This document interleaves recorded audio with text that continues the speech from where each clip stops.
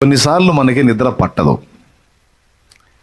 ఉదాహరణకి అప్పటికి బాగా బడలిగుతూ అలసిపోయాం, 12 గంటలకు పండుకున్నాం. ఉదాహరణకి 3ంటికే మెలకు వచ్చింది. 3 గంటలు నిద్రపోయావు, మెలకు వచ్చింది. మెలకు వచ్చినప్పుడు నువ్వేమనుకుంటున్నావు అంటే, మనిషి సగటున 7 గంటలు నిద్రపోవాలి, నేను 3 గంటలే నిద్రపోయాను, ఇప్పుడు టైం చూస్తే 3 అయింది, తెల్లవారడానికి ఇంకా 3 గంటలు ఉంది, ఇప్పుడు మళ్ళీ నేను పండుకుంటే మరొక 3 గంటలు నిద్రపోవచ్చు. మొత్తం మీద కనీసం 7 గంటలు కాకపోయినా 6 గంటలన్నా కవర్ అయింది. మన హెల్త్ ఇష్యూస్ లేకుండా ఉంటాయి.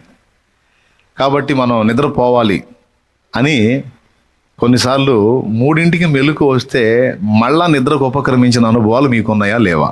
చాలామందికి ఆ అనుభవాలు ఉన్నాయి.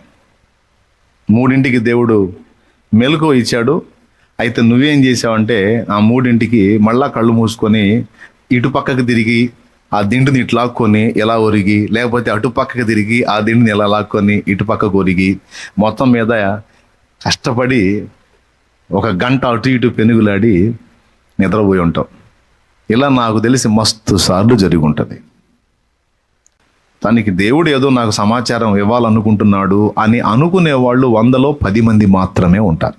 అంటే ఈ గ్రహించేటువంటి వాళ్ళకి ఎలా ఉంటుందంటే ఆలోచన, ఎందుకు దేవుడు నాకు ఇప్పుడు మెలకువ ఇచ్చాడు, ఇప్పుడు ఈ టైం నిద్ర రావట్లా, నిద్ర పోదామని ట్రై చేస్తున్నాం, నిద్ర రావట్లా. రానప్పుడు జ్ఞానవంతులు, దైవిక స్పృహ కలిగిన వారు బలవంతంగా నిద్రపోవడానికి ట్రై చేయరు.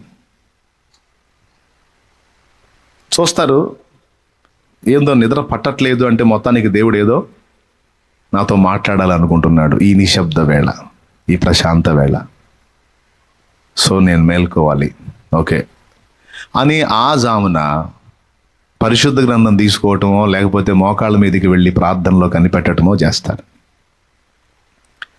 ఆ జామున మెలకు ఇచ్చినప్పుడు ఆ స్పర్శను గుర్తుపట్టి ఒకవేళ నువ్వు మోకాళ్ళ మీదకి వెళ్ళగలిగితే దేవుడు చెప్పాలనుకున్న సమాచారం నీకు చెప్పే ఛాన్స్ ఉంది.